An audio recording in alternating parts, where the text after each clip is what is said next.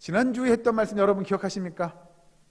잠깐 기억하고 기억을 되살려 보시고 넘어가도록 하겠습니다. 본문을 보도록 하지요. 이스라엘 백성들이 기드온이 아주 대단한 승리를 거두고 돌아옵니다. 돌아오고 나니 이스라엘 백성들이 기드온에게 요구했어요. 뭐라고 요구했다고요?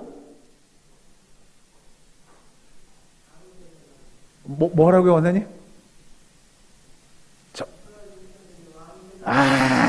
우리 권사님은 제가 말씀드린 결론을 지금 다 기억하고 계신 거예요? 대단하신 거예요, 사실은. 자, 우리 기억을 되살리기 위해 그 앞에 부분 잠깐 보고 가시죠. 22절 말씀 여기 같이 한번 읽고 오는 본문 들어가겠습니다. 22절 시작.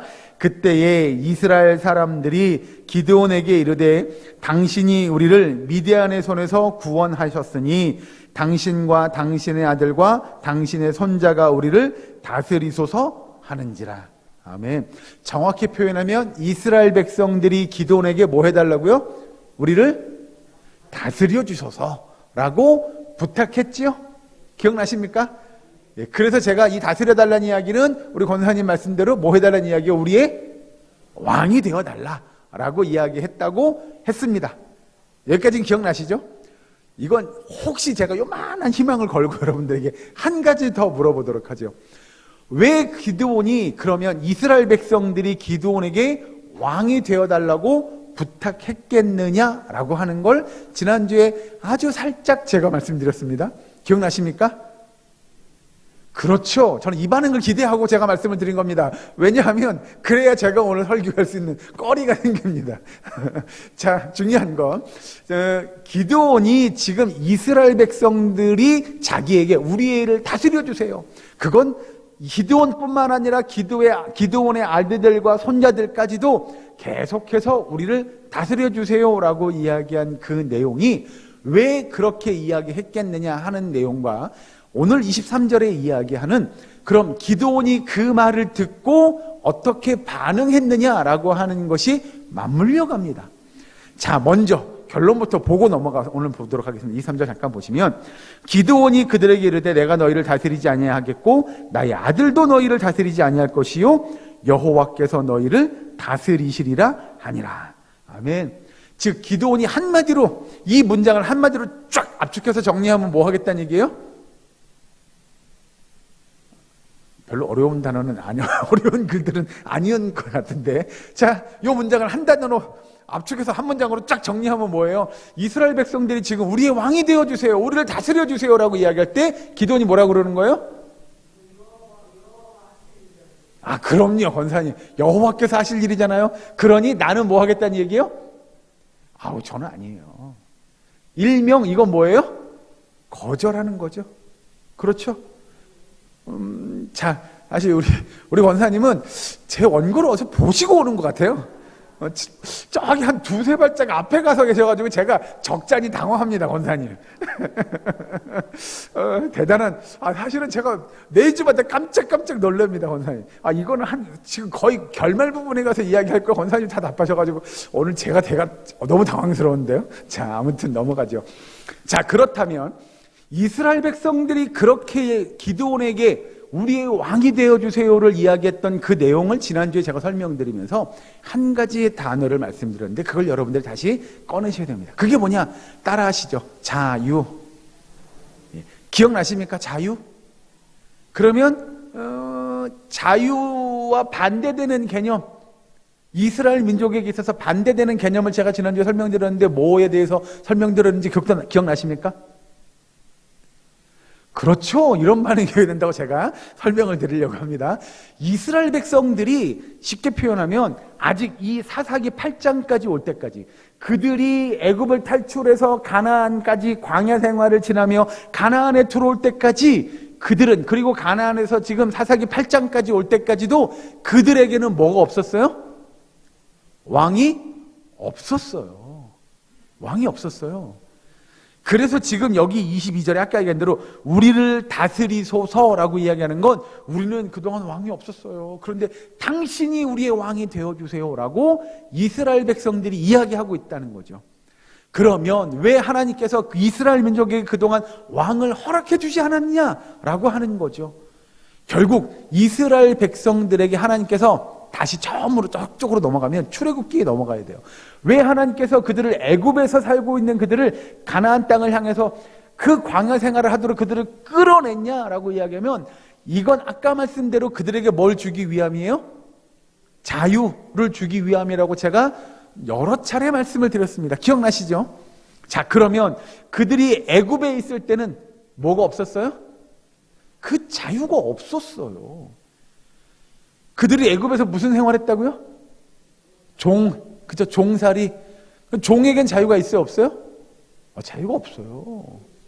그럼요. 주인이 시키는 대로 하는 게 종의 임무잖아요. 그러니까 간단히 정리하면 그겁니다. 먹으라면 먹고, 자라면 자고, 일하라면 일하고, 그거잖아요. 자기에게 자유가 없는 게 종이에요. 그런 그들, 애굽에서 종살이 하던 그들을 애굽에서 끌어내서 이 광야 생활을 하는 동안, 그리고 그들이 가나안 땅에 가서 그 정착해서 하는 그 동안 하나님은 그들에게 자유를 주신 거예요. 특별히 무슨 자유요? 이것도 제가 수차례 말씀드린 기억이 제 머릿속에서 막 나오고 있는데, 자, 그들에게 무슨 자유를 줬냐면, 이제 그들이 마음껏 뭐 할 수 있어요? 하나님께 예배할 수 있는 거예요. 마음껏 하나님 앞에 제사 드릴 수 있는 거예요. 마음껏 하나님을 찬양할 수 있는 거예요. 그들이 마음껏 하나님의 섭리를 느끼고 하나님을 찬양하고 하나님의 믿음을 고백하고 뭐 이런 일들이 그들에게 가능했다는 거죠. 자, 중요한 건, 자, 어떻게 보면 오늘 기드온이 지금 저는 아니에요 라고 거절한 것 또는 거부한 것은 너무나도 당연한 일일 겁니다. 여러분이 이제 기드온이 입장돼서 좀 보셨으면 좋겠어요. 저는 안 돼요 라고 맨 처음에 했던, 너무나도 평범하고 연약해 보였던 그 기드온이 대단한 역사를 이루어내죠. 13만 5천 명의 미디안군 방백대를 다 물리치고 그리고 돌아왔어요. 그런데 기드온에게는 한 가지 이건 그가 고백할 수밖에 없었던 상황 또는 믿음의 모습이 뭐냐면, 자기와 함께 했던 300명의 군사들을 가지고 13만 5천 명의 대군을 무찔렀는데 기드온은 알고 있는 거죠. 처음에 자신의 모습이 어땠는지. 저한테 그냥 저한테 그냥 붙여주면 제가 가지고 그냥 한 칼에 다. 기드온은 그러지 않았어요. 하나님 정말 하나님의 뜻이 그거예요? 그러면 이런 기적을 좀 보여주시면 안 돼요? 저에게 좀 확신을 심어주시면 안 돼요? 라고 했던 기드온의 모습, 주저주저 했던 기드온의 모습, 그리고 300명을 데리고 이거 어떻게 하지? 300명 데리고 어떻게 싸우지? 를 고민했던 기드온의 모습이 기드온은 잘 알고 있는 거죠. 다른 사람은 모르더라도. 다른 사람이 볼 때 기드온만큼 완벽한 사람이 없는 거예요. 정말 리더십이 있고요, 능력도 있고요, 용모나 빠지는 게 없는 사람이니 우리가 왕으로 모셔도 될 것 같다고 이야기했을지 모르지만, 사실 기드온은 스스로 잘 알았을 것 같아요. 자신은 그렇게 뛰어난 사람이 아니라는 걸, 자신은 그렇게 능력 있는 사람이 아니라는 걸. 그러면 이 모든 역사는 누가 이루신 거라고요? 하나님이 이루신 거예요. 그렇죠. 하나님이 역사하셨으니까 그가 감당할 수 있었던 거예요. 그걸 기드온은 아는 거죠. 그러니 우리가 기드온이라고 보면 이스라엘 민족들이 전쟁을 이기고 왔는데 당신이 우리를 다스려 주시옵소서, 당신이 우리의 왕이 됐으면 좋겠습니다라고 이야기하는 그 말을 들었을 때 저 같았으면 그러지 않을까요? 한없이 부끄럽지 않았을까요? 그래서 막 그런 표현 있잖아요. 쥐구멍이라도 어떻게 이건요 제가 한 거 아니에요. 이건 제가 이룬 게 아니고요. 누가 하신 거예요? 하나님이 하신 거예요. 그러니 제가 여러분을 다스릴 것이 아니라 누가 다스려야 돼요? 하나님이 다스리시는 게 맞죠. 여호와 하나님께서 너희를 다스리시리라 라고 말하는 게 어떻게 보면 당연한 거예요. 자, 그렇게 기드온이 그 당연한 것들을 이야기하고 있는 내용들을 좀 보았으면 좋겠습니다. 여러분 아시는 대로, 아까 설명한 대로 이스라엘 민족은 그들의 조상 때 보면 애굽에서 종살이 하던 이들이었어요. 노예 생활하던 이들이었잖아요. 그래서 그들이 광야를 향해서 또는 가나안을 향해서 애굽을 향해 나왔던 것은 다시 바꿔 이야기하면 사람의 통치, 즉 인간 왕으로부터 받는 억압과 통치로부터 그들이 이제 노임받는 걸 이야기하는 거예요. 그러니 예전에는 너희 조상들이 인간의 왕, 애굽의 왕 바로의 통치 또는 억압, 압제, 자유를 누리지 못했던 그들을 하나님께서 인도해 내신 거잖아요. 그래서 그 인간의 왕으로부터의 통치를 벗어나게 해주었는데, 지금 이스라엘 백성들은 또 뭐라고 그러냐면, 우리는 다시, 또 다시, 뭐 조상들은 그랬을지 모르나, 우리는 다시 누구의 통치를 받고 싶어요? 예, 인간의 통치를 받고 싶어요 라고 이야기하는 것과 똑같은 내용이 앞에 있었던 22절의 내용이라는 거죠. 그러니 기드온이 볼 때는 사실 기드온보다도 하나님이 볼 때는 이건 우리가 그런 표현하죠. 정말 통탄할 일이 아닐까. 하나님께서 그렇게 안타까워하지 않으셨을까라는 생각을 하는 거죠. 야, 내가 너희 조상들을 그 인간의 왕에게로부터 억압받고 압제당하고 노예 생활하고 자유 없던 너희 조상들을 내가 끌어내가지고 너희에게 자유를 줬는데 다시 인간의 왕의 통치를 받고 싶어해? 야, 이걸 어떻게 받아들여야 되냐라는 것이 하나님의 마음 아니었을까라고 하는 겁니다. 다행히도 기드온이 아우 저는 아니에요. 제가 아니고요. 하나님께서 우리들을 다스리실 겁니다. 라고 기드온이 고백하게 되는데, 여러분 다시 한번 우리가 좀 기억들을 좀 더듬었으면 좋겠는데요. 앞으로 좀 넘어갈까요? 뒤로 가겠습니다. 뒤로. 여호수아서를 봅니다.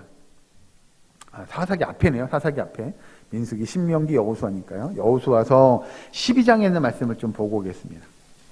여호수아서 12장 1절에서 6절까지의 말씀을 제가 한 절, 여러분들이 한 절 교독합니다. 제가 아는 성경은 구약성경 338면입니다. 여호수아서 12장 1절에서 6절까지 말씀.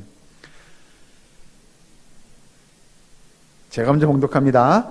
이스라엘 자손이 요단 저편 해 돋는 쪽, 곧 아르논 골짜기에서 헤르몬 산까지의 동쪽 온 아라바를 차지하고 그 땅에서 쳐 죽인 왕들은 이러하니라.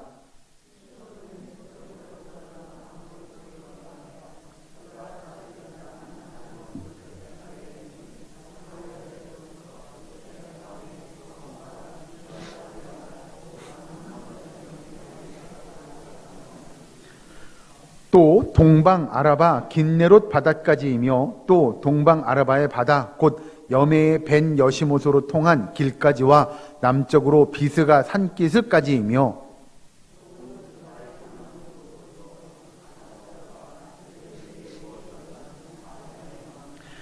그가 다스리던 땅은 헤르몬 산과 살르가와 온 바산과 및 구술 사람과 마아가 사람의 경계까지의 길르앗 절반이니 헤스본 왕 시혼의 경계에 접한 곳이라.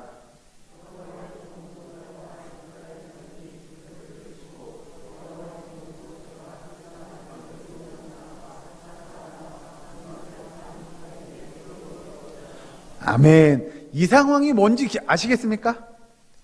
읽긴 읽었으되 이게 정확히 뭔 내용인지는 모를 수 있어서 이것도 제가 설명을 드리자면, 이스라엘 백성들이 이제 출애굽을 해서 인간의 왕 그 바로의 억압과 압제와 그 자유 없음에서 그들이 노임받아서 가나안 땅을 향해 나아가게 되죠.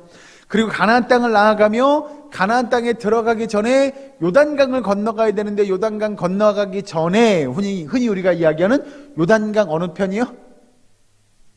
그렇죠. 우리 권사님 저기 동편 말씀해 주셨어요. 예, 요단강 동편에 있는 그 나라의 왕들을 무찌르기 시작합니다. 그렇죠? 그런데 어떤 왕들이냐면 이제 12장 1절에서 6절까지를 정리하면 이렇게 얘기합니다. 잘 보시면 헤스본에 거하던 아모리 사람의 왕 시온과 아스다롯과 에드레이에 거하던 바산 왕 옥을 잡게 됩니다. 사실은 이게 누굴 잡았냐가 중요한 것이 아니고요. 여기서 이야기하는 대로 요단강을 건너가기 전에 요단강 동편에 있던 사람들, 즉 그 민족을 결국 그대가 싸웠던 거죠. 정복전쟁을 치르니까 싸워서 무찌른 사람들도 결국은 성경의 표현을 빌리면 누구랑 싸워요? 자, 누구랑 싸웠다고요? 자, 누구를 치고 이런 얘기 나오죠. 결국은 누굴 쳤냐면 그 민족의 왕들을 다 치고 그들이 요단강을 건너가게 됩니다. 즉 가나안 본토로 가게 되죠. 이해되십니까? 중요한 거예요. 그럼 가나안 본토에 들어가서는 어떻게 됐죠? 그럼 우리는 그럴 거예요. 가나안 본토에서도 싸웠을 겁니다. 요단강 동편에서 싸웠으니 요단강 서편에서도 싸웠을 거예요. 그냥 여러분이 혹시라도 행여라도 알지 몰라서 질문하죠. 몇 명의 왕들을 물리쳤을까요? 너무 조용, 너무 정막이 흘러서, 자, 그럴까봐 여러분들에게 답을 알려드리고자 합니다. 방금 읽은 여호수아서 12장 24절 말씀. 저 끝에, 여긴 안 읽으려고 했는데, 한번 읽어봐야 될 것 같아요. 여호수아서 12장 24절 같이 읽습니다. 시작. 하나는 다르사 왕이라 모두 31 왕이었더라. 모두 몇 명이라고요? 31명의 왕. 여러분 생각해 보세요. 가나안 땅, 우리가 얘기하는 이스라엘 민족이 차지하는 그 가나안 땅이 여기 이렇게 했다고 치면 그 땅이 얼마나 넓었으면 왕이 몇 명이에요? 31. 왕이 어떻게 되면 31명이나 되죠? 너나 나나 다 왕인가 보죠? 라고 우리가 생각할 수 있는 거죠. 그럼 왕이 왜 이렇게 많죠? 우리가 생각하는 왕은 몇 명이에요? 한 명이잖아요. 보통 왕은 한 명인데 왕이 무슨 31명이나 싸워서. 여러분 우리가 읽은 지금 방금 읽은 여호수아서 12장 6절 밑에 7절부터 24절까지 계속해서 왕의 이름이 등장합니다. 31명. 우리는 이런데 성경 읽다가 이런 데 나오면 어떻게 하세요? 점프 이런 거잖아요. 여기서 보면 예를 들어서 하나는 답부어 왕이, 하나는 베벨 왕이, 이거는 의미가 없는 것 같아서 그냥 점프하는데, 여러분 성경에서 이야기하는, 지금 여호수아서에서 이야기하는 내용들이 의미가 있는 내용이에요. 왜 그러면 여기서 이야기하는데 모두 31명의 왕이 그 가나안 땅을 차지하고 있었을까요? 라고 하는 겁니다. 왜 그렇게 왕들이 많았냐면, 여러분 이건 구약시대의 배경들을 좀 이해하셔야 돼요. 예를 들면 고대근동 아시아의 그 구약시대 때 우리로 요즘 이야기하면, 뭐 우리나라는 좀 이걸 비유적으로 설명하기 좀 그런데, 예를 들면 상도 일동을 예를 들죠. 예를 드는 거예요. 이 상도 일동이 함께 모여 사는 거예요. 예를 들면요. 그럼 뭐 예를 들어서 한 10,000명 모여 산다고 치죠. 그 10,000명 중에 한 명이 나타나서 뭐가 돼요? 일종의 왕노릇을 하는 거예요. 예. 그러면 그 왕노릇 하는 그 사람을 중심으로 주변 사람들이 생기게 되겠죠. 그 중에 왕과 친한 사람들은 뭘 해요? 왕과 친한 사람들은 뭘 해요? 우리가 이야기하는 일종의 직분이 생기겠죠. 뭐예요? 왕의 신하들 역할을 할 것이고요.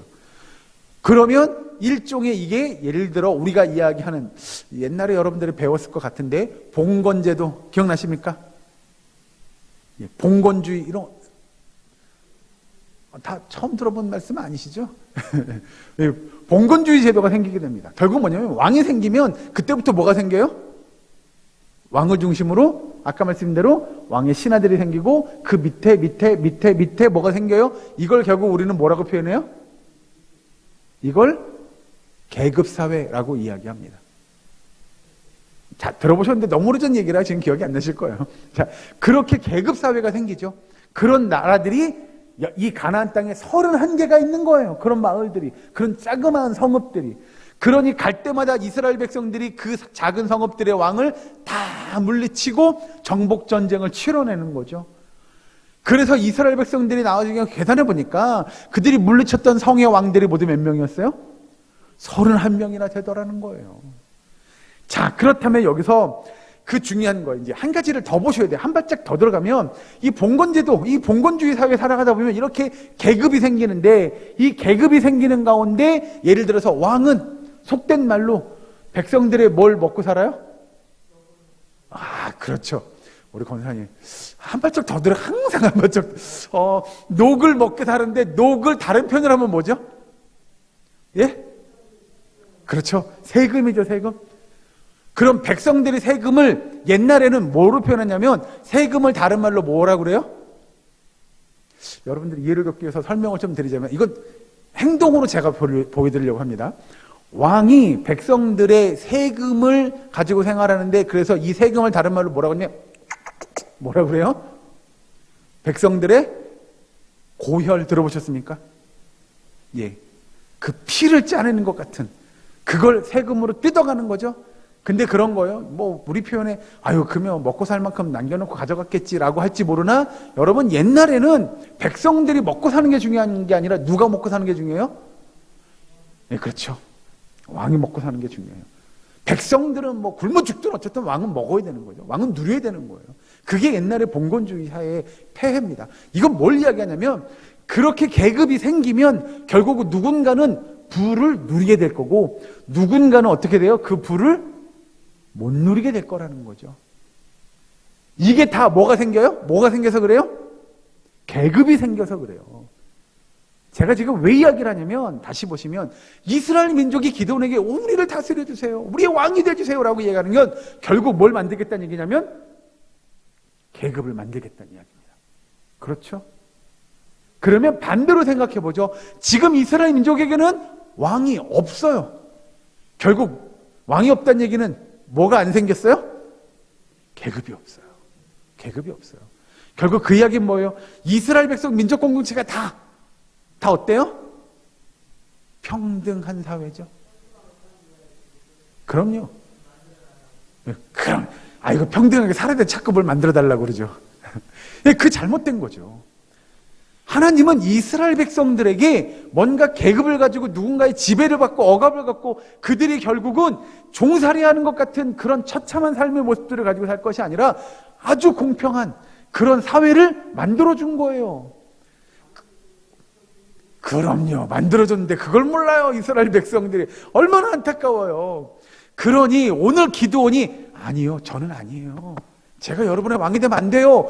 우리의 왕은 누구밖에 없냐고요? 하나님밖에 없어요. 하나님이 여러분들을 다스리실 거예요 라고 기드온이 이야기하는 내용이 어떻게 보면 너무나 바른 내용일 거라는 겁니다. 여러분, 이스라엘 민족 공동체는요, 사실 하나님이 바라는 모습은 오직 여호와만을 경배하고 찬양하고 모시는 그런 민족, 그런 백성, 그런 하나님의 백성들, 하나님의 자녀가 됐어야 돼요. 그런데 이스라엘 백성들은 그렇지 못했다는 걸 성경은 이야기합니다. 여러분, 아까 우리가 봤던 대로, 이 여호수아에서 봤던 대로 이스라엘 민족이 압제와 지배를 받다가 그들이 애굽을 탈출해서 가나안 땅에 들어가며 싸웠던 그 일들은 왕들과 싸웠어요. 그래서 여기서 개똥이랑 싸웠다라고 이야기하지 않고요, 어떤 왕과 어떤 왕을 물리쳐가지고 결국 왕 31명을 물리쳤다라고 이야기하는 건, 그들이 왜 왕과 싸웠다고 성경은 표현하냐면 그 왕의 통치를 받던 이스라엘 백성들이 이제 왕의 통치가 아니라 하나님의 통치를 받는 사람들이에요. 하나님의 통치를 받는 사람들이 싸워서 왕을 이겼어요. 그러니 이제 그 왕들보다 뛰어난 왕이 누군지를 이스라엘 민족이 나타내야 했다는 거죠. 인간들이 섬기는 왕이요? 아무것도 아니에요. 그들도 우리와 똑같은 사람이잖아요. 대단하게 호의호식하고 뭔가를 누리며 살아가고 권세 있는 것 같고 능력 있는 것 같고 대단한 사람이라고 생각할지 모르나, 아니요, 하나님 앞에서 볼 때는 아무것도 아닌 사람들이에요. 너무나도 지극히 평범한 우리와 다름없는 사람임을 이스라엘 민족이 알았어야 했어요. 그래서 그 민족이 왕과 싸워 그 왕들을 다 물리쳤다고 성경에 기록해주고 있는 거고요. 결국 이스라엘 민족은 그 인간의 왕이 아닌 여호와 하나님, 그 하나님만을 섬기고 그 하나님의 통치를 받고 그 믿음 안에서 참 신앙을 누리고 기쁨과 자유를 누리고 하나님이 주시는 은혜를 경험하는 민족 되는 것이 하나님의 뜻임을 이스라엘 백성들이 알았어야 돼요. 지금까지 보지 않았던 이 사사기서의 주제를 잠깐 보고 넘어갑니다. 사사기서 21장에 있는 말씀을 보고 넘어갑니다. 맨 뒤입니다. 사사기 21장 25절 말씀을 보고 가죠. 여러분들이 너무 잘 아는 말씀의 내용입니다. 사사기서 21장 25절 말씀. 제가 이 성경은 401면에 있습니다. 401면 사사기서 21장 25절 말씀 같이 한 목소리로 봉독합니다. 시작. 그때에 이스라엘의 왕이 없으므로 사람이 각기 자기의 소견에 오른 대로 행하였더라. 아멘. 여러분, 이 내용 우리가 방금 읽었던 이스라엘 백성들은 그때에 이스라엘의 왕이 없었으므로 라고 하는 건 그들이 뭔가를 부족하게 갖고 있다거나 그들이 뭔가를 연약한 부분이 있다거나가 아니고요, 오히려 그 왕이 없는 게 하나님의 은혜임을 그들이 알았어야 했다는 겁니다. 하나님의 뜻은 인간의 왕, 너희들을 다스릴 인간의 왕을 내가 줄게가 아니고요, 그 왕이 없어도 얼마나 이 나라가 잘 운영될 수 있는지를 이스라엘 민족이 보여주었어야 했다는 겁니다. 여러분 생각해 보세요. 왕이 있다는 얘기는 권력이 있다는 얘기고, 권력은 사실 통치자에게 나오는 거잖아요. 그러니 이 통치자가 모든 걸 다 주관하는 거잖아요. 야, 그건 잘못된 거야, 넌 벌 받아야 되겠어 라고 하는 것도 다 누구에게 나와요? 왕에게 나올 것이고, 왕의 마음에 안 들어요? 야, 저 다 쓸어버려. 그럼 뭐 어쩔 수 없는 거잖아요. 그런데 이스라엘 민족에겐 여러분 좀 다른 것이 있었다는 거죠. 이스라엘 민족 공동체는 그런 왕들과는 좀 달랐습니다. 그런데 중요한 건 이스라엘 민족에게 하나님께서 이렇게 자유를 주셨어요. 그런데 그 자유는 여러분 우리의 삶도 똑같아요. 우리가 자유를 누리면 그 뒤에 분명히 따라오는 한 가지가 있죠. 그게 뭐죠? 여러분 우리가 막 자유를 마음껏 누리고 살고 싶잖아요. 근데 그 자유를 누리려면 그 뒤에 이게 분명히 따라옵니다. 이게 뭐죠? 뭘까요? 자유를 누린 만큼 뭘 져야 돼요? 책임을 져야 됩니다. 이스라엘 백성들에게 하나님께서 자유를 주셨어요. 왕의 통치나 왕의 억압이나 종살이하지 않도록 그를 그 인간의 통치로부터 빼내서 자유를 줬어요. 그런데 그들이 누리는 그 자유는 분명히 뭐가 따라오느냐? 책임이 따라온다라고 하는 걸 이스라엘 백성들이 깨닫지 못했던 거죠. 그래서 이스라엘 백성들을 왜 하나님께서 자유를 주셨는지 그들이 깨달아야, 아 그래요? 우리에게 주신 건 이런 목적이었군요. 우리에게 자유를 주신 이유가 이렇게 하라는 거군요. 라는 것들을 그들이 알았어야 했는데 그들이 그걸 몰랐던 거죠. 그러니 우리는 왜 왕이 없어? 왜 우리는 왕을 안 주는 거야? 아, 우리도 누군가 인간의 왕이 있으면 좋겠는데 라는 생각을 그들이 하게 되는 거죠. 그게 아까 방금 읽은 그때의 이스라엘의 왕이 없으므로 라고 하는 거고요. 그것이 얼마나 은혜고 축복인지를 몰랐기에 그들이 뭐라고 했냐면 사람이 각기 자기의 소견에 옳은 대로 행하는 거예요. 즉 하나님께서 왜 그들에게 자유를 줬는지를 그들이 알아야 되는데 그건 까마득히 잊어버립니다. 생각도 못합니다. 그리고 내 생각, 내 뜻, 내 소견이 중요한 거예요. 그래서 내가 볼 때는 아이고 기드온이 왕이 되면 훌륭할 것 같은데 기드온이 왕이 됐으면 좋겠어 라고 하는 생각을 이스라엘 백성들이 자기 소견이 옳은 대로 이야기하는 거예요. 우리는 그런 생각할 수 있죠. 아니 말도 못해요? 내 생각을 말도 못해요? 그렇게 이야기할 수 있을지도 모릅니다. 그런데 분명한 건 성경은 이스라엘 민족이 왜 자유를 얻게 됐느냐? 하나님이 그들에게 자유를 주심으로 그들이 어떤 삶을 살기를 원했느냐라고 한다는 거죠. 하나님께서 이스라엘 백성들에게 자유를 주신 건요. 아까 우리가 여호수아에서 본 그 내용들을 여러분 이게 이렇게 갖고 와서 접붙여가지고 같이 이해하셔야 돼요. 왜 하나님께서 이스라엘 백성들에게 그 가나안 땅을 정복하면 그 왕들을 다 물리치겠느냐라는 거예요. 그리고 왜 그 애굽의 왕 바로의 종살이하던 그들을 굳이 끌어냈겠느냐라고 하는 거죠. 여러분 애굽에서 그 민족을 이루고 종살이하던 그들이 빠져나왔어요. 이 이야기는 고대근동아시아 그 모든 지역에 소문이 났을까 안 났을까요? 이건 다 났을 거예요. 그렇죠, 권사님? 다 났을 거예요. 그러면 그 소문은 누구도 들었어요? 가나안에 살고 있는 아까 31명의 왕, 예? 요단강 동편에 살고 있는 그 왕들 다 그 소문을 들었을 거예요. 와, 그들이 나왔어? 애굽을 탈출했다고? 왕이 놓아줬어? 그게 가능해?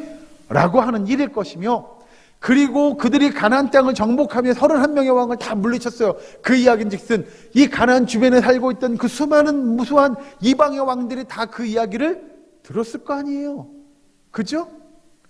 야, 어떻게 왕도 없는 이 이스라엘 민족이 그런 일들을 행할 수가 있지? 어떻게 그런 결과들을 얻을 수 있지? 라고 이야기하면 이스라엘 백성들이 나타내야 될 삶의 모습 또는 하나님께서 그들에게 주신 자유를 주신 목적은 너무나도 극명하게 드러나는 거죠. 뭐 하겠다는 이야기냐면 하나님이 이스라엘 민족을 통하여 그 왕들을 다 물리쳤음을 이스라엘 민족은 이방 민족들에게 뭐 해야 돼요? 뭐 해야 되죠? 권사님 뭐 해야 될까요? 답을 주시죠. 자, 그렇죠. 다 쫓아내라고 했죠. 예, 맞습니다. 예, 그걸 통해서 하나님께서 뭘 원하시는 거죠? 자유를 주기 위해서 그렇죠. 예, 맞아요. 그 땅을 차지하도록. 그리고 그 땅을 차지한 것을 이스라엘 민족이 이방 민족들에게 뭐 하냐면 보여줘야 돼요. 나타내줘야 돼요. 이걸 두 글자로 바꾸면 뭐죠? 두 글자로 바꾸면 증거가 될 것이고, 또 다른 표현으로 바꾸면 증인이 될 것이고, 그래서 이스라엘 민족을 정말 통치하는 분이 누군지를 이스라엘 백성들이 나타내 줬어야 돼요. 결국 그 이야기는 뭐냐? 그들이 왕이 없지만 그런 놀라운 역사를 이루어낸 건, 우리에게는 누가 있어요? 우리에겐 누가 있어요? 그렇죠. 하나님이 있어요. 정말 우리에겐 능력 있는 전지전능한 여호와 하나님이 우리의 왕이심을 이스라엘 백성들이 온 열방에게 증거해야 했어요. 나타내야 됐어요. 그것이 하나님이 이스라엘 백성들에게 자유를 준 목적이에요. 그걸 그들이 나타내야 했는데, 그들은 자유는 누렸을지 모르지만 그들이 해야 할 그 뭐요? 아까 그랬지, 뭐가 따라온다고요? 뭐가 따라왔어요? 그 책임을 그들이 감당하고자 하지 못했다는 거예요. 그러니까 뭐라고 이야기하면, 기도 우리의 왕이 되소서, 우리를 다스려 주시옵소서 라고 이야기하는 건, 그들이 하나님의 어떤 분이신지를 이방 민족들에게 드러내는 삶을 살지 않겠다는 얘기예요. 결국 뭐예요? 우리도 누구처럼 되겠다는 얘기예요? 이방 민족처럼 되고 싶다는 이야기예요. 오히려 이스라엘 민족이 이방 민족들을 변화시키는 역사가 필요한데, 반대로 우리도 이방의 민족들, 이방 사람들처럼 되고 싶어요 라고 이야기하는 것과 똑같다는 거죠. 여러분, 그래서 성경은 우리에게 이렇게 이야기합니다. 이스라엘 민족에게 있어서 정말 필요했던 건 뭐냐면, 그들이 하나님의 은혜를, 하나님의 살아계심을 증거한 그런 믿음의 모습을 드러내는 그 자유를 이스라엘 백성들이 나타냈어야 했다는 겁니다. 그럼요, 몰라서 그렇습니다. 여러분, 우리도 똑같지 않을까요? 그렇다면 하나님께서 저와 여러분을 이렇게 구원해 주신 목적이 어디 있겠냐는 겁니다. 지금 우리가 이 시간 이 자리에 예배 자리에 나와 하나님 앞에 예배 드리는 목적이 어디 있겠냐는 거예요. 하나님이 왜 우리를 구원해서 예사랑교회 교인으로 삼으시고 함께 모여 예배 드리게 하겠냐는 거예요. 결국 하나님께서 우리에게 바라시는 것도 똑같은 믿음의 모습일 겁니다. 그렇다면 우리가 정말로 하나님의 통치를 받는, 하나님의 인도하심을 받는 하나님의 뭐예요? 하나님의 백성, 하나님의 자녀 됨을 우리도 뭐 해야 돼요? 따라하시죠. 증거할 수 있는 저와 여러분 되시기를, 우리 사랑교회 모든 권속되시기를 주의 이름으로 간절히 축원합니다. 기도하겠습니다. 사랑과 하나님 감사합니다. 아버지, 우리의 삶을 돌아보기 원합니다. 진정 주님만이 우리의 왕 되시고 우리의 주인 되시며 우리의 모든 것 되시는 분이심을 고백하는 우리의 사랑교회의 모든 권속들 되게 하여 주시옵소서. 예수님의 이름으로 기도하옵나이다. 아멘.